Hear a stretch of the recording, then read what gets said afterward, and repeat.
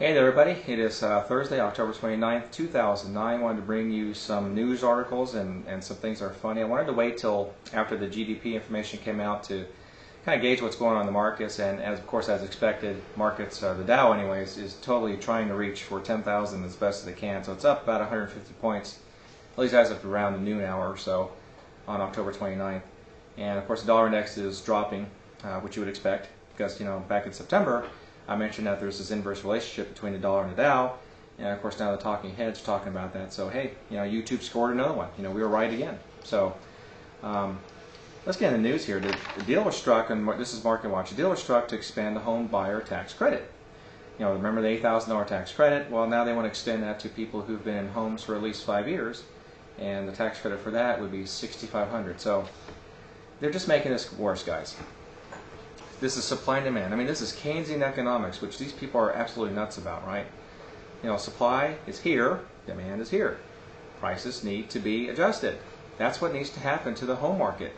I mean, there's plethora of inventory out there. Prices have to come down, and when they do come down, you'll see the demand pick up. So the government's just basically holding it just to keep it from falling, right? With these tax credits and other shenanigans too, with the Fannie Mae and the Fed, of course, buying up mortgage-backed securities and blah, blah, blah. So it's just, they got to stay out of this, guys. It's just going to make this a whole lot worse later on. And of course, you know why they're doing this to the home markets. Well, the banks obviously have those, those assets, even though they're doing mark-to-model now, but mark-to-market is coming up in January. So we got to keep those assets holding right now, because you don't want them to fall, because it's going to make the balance sheets look pretty bad on the banks. Or it's going to make it look worse with all the credit losses and credit card losses that are going on too. And here's another article from Bloomberg crediting the Feds, for stabilizing the Treasuries. Oh, those guys at the Fed, they're such wonderful people. So the Fed likely restrained rates from rising because they came out and bought Treasuries in Bloomberg. Basically saying, yes, ladies and gentlemen, Federal Reserve System has been buying Treasuries all this time. And we admit we're monetizing our debt. We're printing money, guys, right here, black and white. Printing money. One thing Ellen said here said, which I thought was laughable, demand is returning to housing after the industry shaved after 1 percentage point from gross domestic product. Demand's not returning to housing. It's because it's artificially stimulated. And once you remove that, what then?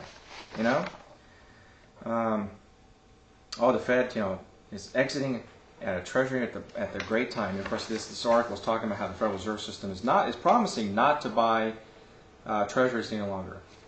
Either A, they're lying to us, or B, they're going to stop buying, and then what's going to happen, right? You're going to see the interest rates go. I mean, no one else shows up to the window. That's what's going to happen.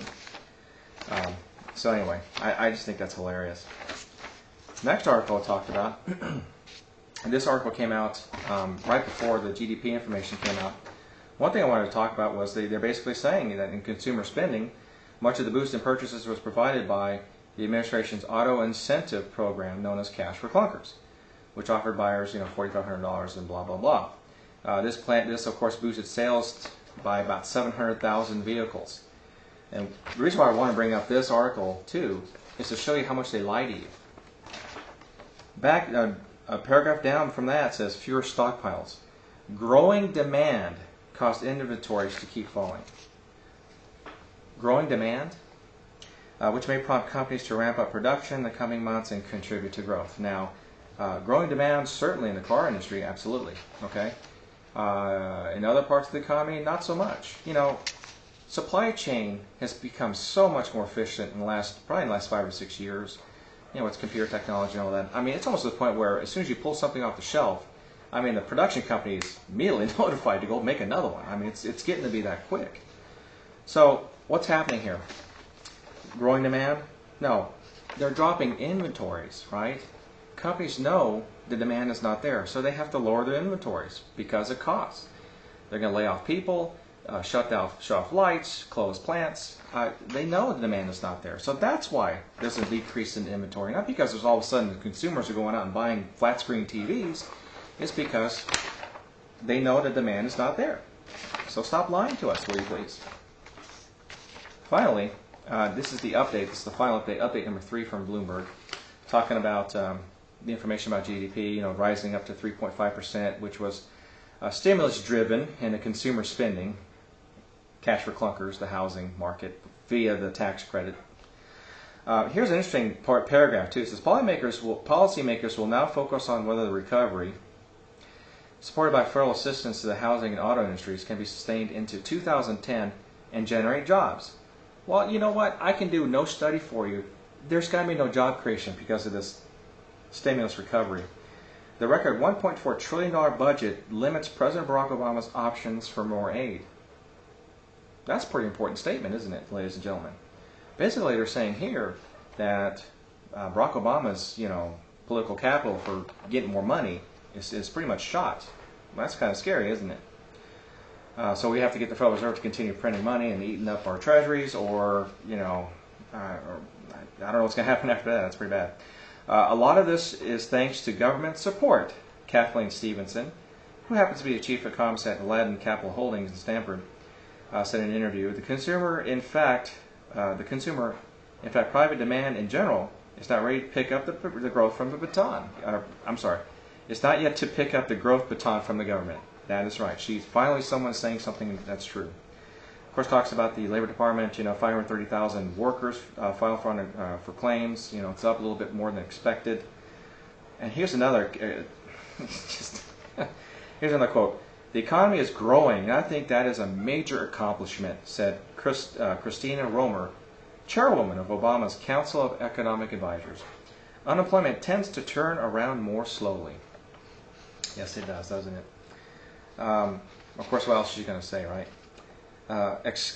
Excluding the influence of auto sales, production, and inventories, the economy grew 1.9% last quarter. So 3.5% was the total, right? Increase. So if you take out the auto sales, it's down to 1.9. Well, if you take out the home sales as well, I wonder how much the lower it would be. So you can see here, ladies and gentlemen, it's not because the consumers all of a sudden feel better about things. The government is intervening, and plus they're sticking you with the bill. I mean, this is just all black and white, guys. Anyway, it says, of course, it does admit a little bit here. Home building rebounded as sales climbed, propelled in part by an $8,000 tax credit for first-time homebuyers, and Fed purchases, just like I said a few moments ago, Fed purchases of mortgage-backed securities that helped lower borrowing costs. So there you have it, ladies and gentlemen. GDP is up 3.5%. Good times are here again. What I'd like to know is what's going to happen when the stimulus goes away. And you know what? If you're one of these people out there who think the economy really is coming back, and you believe this crap, I have one other thing you have to read. I'm going to post an article here. It's a blog of two people who are just brilliant. They brilliantly put this idea together about our government debt and GDP in relation to GDP, how we've climbed up to about 383% debt to GDP, which has never happened before in the history of the United States. And if you look at the line, and you'll see the graphs, the line just goes up, So if you're one of these people who think the economy is doing terrific and GDP is up and all that, you might want to take a look at the debt. And there's also one other thing you might want to take a look at: credit default swaps. Yeah, that's still there, guys, and it's not going away anytime soon. And the other shoe to drop is commercial real estate.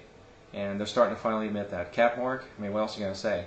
So that's it, ladies and gentlemen. I hope you guys are doing well. Please rate and comment and subscribe to my videos.